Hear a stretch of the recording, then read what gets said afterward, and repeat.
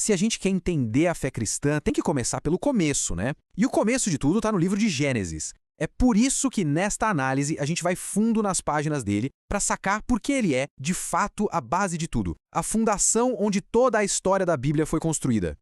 Sabe aquelas perguntas que todo mundo se faz uma hora ou outra? Tipo, de onde a gente veio? Por que o mundo parece tão quebrado às vezes? E tem conserto? Pois é, para a visão cristã, as primeiras respostas, a estrutura para entender tudo isso, está lá em Gênesis.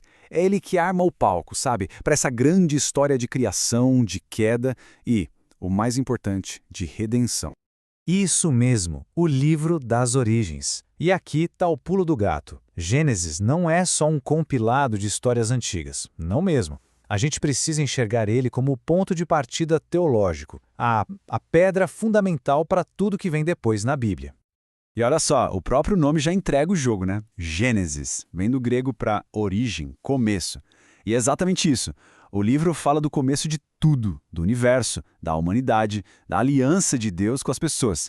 Se a gente pula essa parte, a história toda que vem depois, bom, ela fica meio sem sentido, perde o contexto, a profundidade.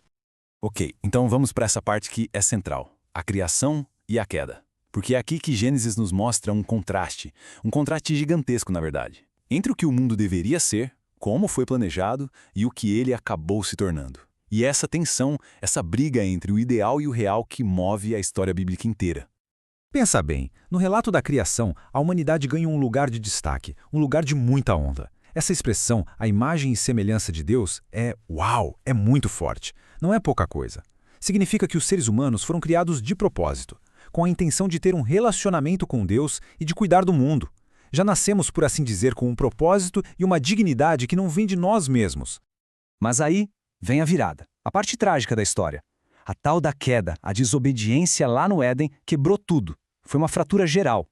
Imagina, de um lado a gente tinha essa conexão direta com Deus, harmonia total. E de repente, do outro lado, separação, briga, dor, morte. É para esse momento que Gênesis aponta como a raiz de toda essa quebradeira que a gente vê no mundo até hoje. Mas olha que interessante, a história não acaba aí, na tragédia. Não mesmo. Mal o problema é apresentado e Gênesis já começa a desenhar a solução, o plano de Deus para consertar as coisas. A esperança aparece quase que na mesma hora. É um fiozinho de luz na escuridão. E esse plano vai se desenrolando em etapas, sabe? Primeiro vem o dilúvio, é o momento que mostra a justiça de Deus contra um mundo que se corrompeu, mas ao mesmo tempo a misericórdia dele ao dar um novo começo com Noé. Depois, o foco se afunila, chega em Abraão, e com ele, Deus faz uma aliança, uma promessa incrível de abençoar o mundo inteiro através da família dele. Essa é a sementinha da esperança. E as histórias que vêm depois de Isaac, Jacó, José, elas só mostram Deus agindo na história, movendo as peças para cumprir essa promessa. E no meio de todas essas histórias, duas ideias mas muito poderosas começam a brilhar. Elas são centrais para o pensamento cristão. A de que Deus tem o controle de tudo e a do valor, o valor imenso da vida humana.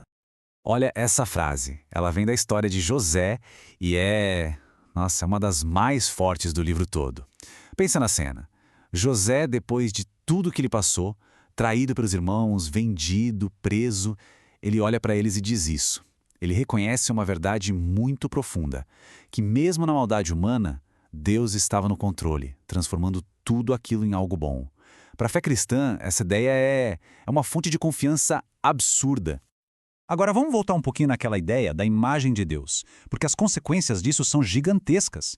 É daqui que vem a noção de que toda pessoa tem um valor que não se mede, sabe? Um valor que não depende do que ela faz ou do que ela tem, mas de quem ela é. Alguém que carrega a imagem do Criador. O pecado até que manchou essa imagem, deu uma distorcida, mas não apagou. E a história toda da redenção, no fim das contas, é sobre restaurar essa imagem. Então, resumindo tudo, fica muito claro, né? Gênesis não é só um livro de histórias para contar antes de dormir. É o fundamento, o alicerce essencial da fé. Tá tudo aqui. É em Gênesis que o enredo principal é apresentado. Deus cria um mundo perfeito, a humanidade quebra esse mundo com o pecado e Deus imediatamente começa um plano de resgate. Um plano que vai se desenrolar por toda a Bíblia. Sem entender esse começo, a história de Cristo, o grande clímax da narrativa, perde totalmente o sentido. Fica uma história sem começo. E isso tudo nos leva a uma pergunta final, para a gente pensar. Se Gênesis é o começo da história, como é que isso muda a nossa forma de enxergar o presente? Porque entender Gênesis não é só arqueologia, não é só olhar para o passado. É ganhar uma lente nova para entender o agora. Para entender por que o mundo é do jeito que é, qual o valor real de cada ser humano e, principalmente, de onde vem a esperança de um futuro melhor. A história que começou lá atrás, acredite, continua ecoando, e muito, até hoje.